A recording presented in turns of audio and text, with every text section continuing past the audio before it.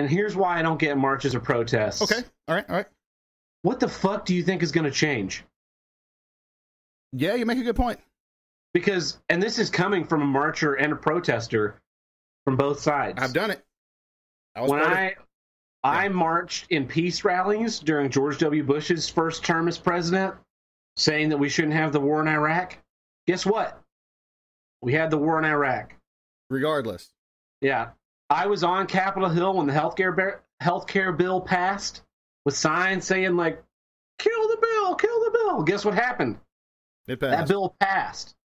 So you get a bunch of people riled all up into a little thing, and they go marching out there like, we're going to make a difference. You're not.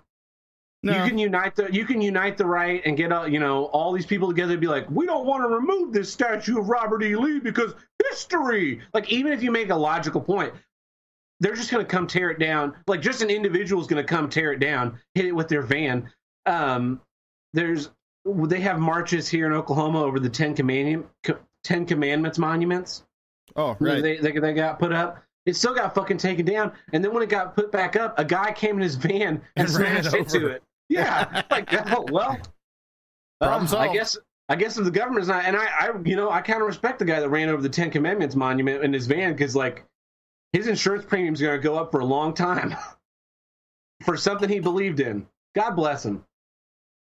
Or in that case, God not bless him. I mean, he did shit all over God's 10 Commandments, but whatever. Oh, fuck the 10 Commandments. Most of them are stupid anyway.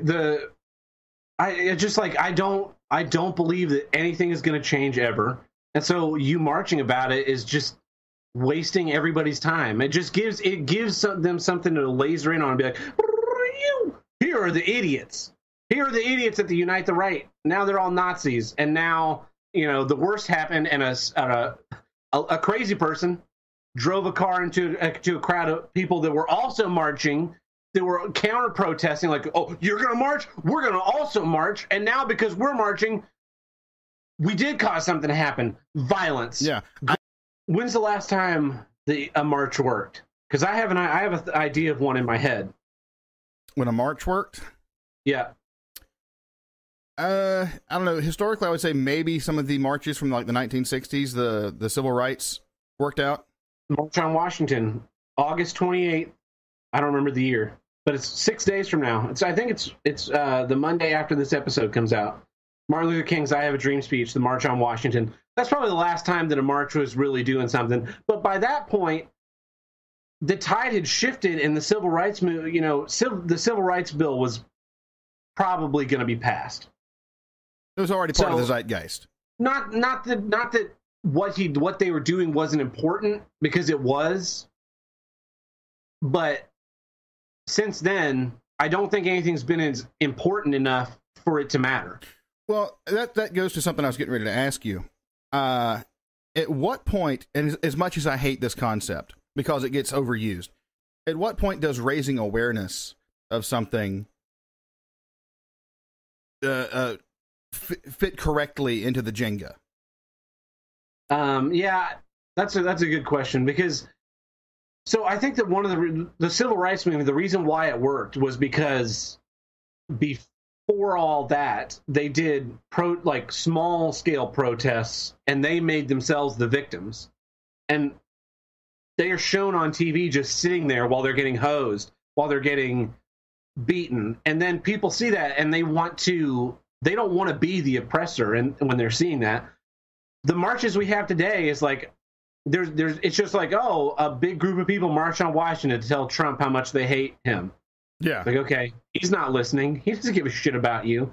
The media, will report that, but then people are like, oh, good.